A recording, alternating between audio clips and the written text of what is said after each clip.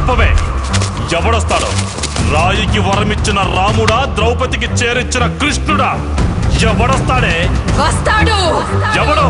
దేవుడు. దేవుడా? మా ఊర్లో ఆ దేవుడికి ఇంకో పేరు రాయుడు. రాయుడా? పెదరాయుడ్రా. రాయుడ్రా.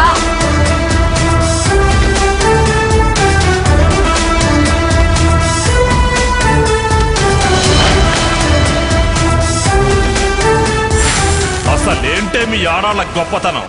రేయ్, కడుపులో బిడ్డ ఆడపిల్ల అని తెలిసి ఉంచాలా ఊడ్చాలా అని ఆలోచిస్తుంటే పుడతామో చస్తామో తెలియని పరిస్థితుల్లో ఎలాగోలా పుట్టేసి పెరిగేసి ఎదిగేస్తున్న టైంలో తను పుట్టింది తన కోసం కాదు, ఎక్కడో పుట్టిన ఏదో కోసం అన్న విషయం తెలిసాక అమ్మ నాన్న కలిసి 1 కిలో లడ్డూలు 1 కిలో చెగోడీలు పెట్టి దున్నపోతు లాంటి ఓ పెళ్లి కొడుకును తీసుకొచ్చి తల దించుకుని పెళ్లిలో కళ్ళు దించుకుని శోభన గదిలో పడుకుంటే గుండెల మీద తాలి బరువు, శరీరం మీద వాడి బరువు మోసి మోసి వాడు వేసిన విత్తనాన్ని 9 నెలలు మోసి మోసి ఓ పండంటి బిడ్డకు జన్మనిచ్చి ప్రతిరోజు కోడి కంటే ముందే నిద్రలేచి నుదిటిన బొట్టు పెట్టి వాకిట్లో ముగ్గు పెట్టి స్టవ్ మీద గిన్నె పెట్టి అందులో పాలు మరగబెట్టి కాఫీ పొడి టీ పొడి కలిపి పెట్టి పిల్లల నోటికి తిండి పెట్టి వాళ్ళను బడికి ఎల్లగొట్టి నిన్ను ఆఫీస్ కు తరిమి కొట్టి ఒక చేత రిమోట్ మరో చేత కత్తిపీట పట్టుకొని ఛానల్స్ మార్చి మార్చి కూరగాయలు తరిగి 11 గంటలకు మా ఊరి వంట, 12 గంటలకు స్టార్ మహిళ చూస్తూ వీటి మధ్యలో వంట చేస్తూ కూరెక్కడ మాడిపోతుందో అన్న టెన్షన్ లో బ్రేక్ మధ్యలో అత్తగారికి అన్నం పెట్టి బుద్ధమందారం, ఆడదే ఆధారం, మనసు మమత, గోకులంలో సీత, స్వాతి చినుకులు అంటూ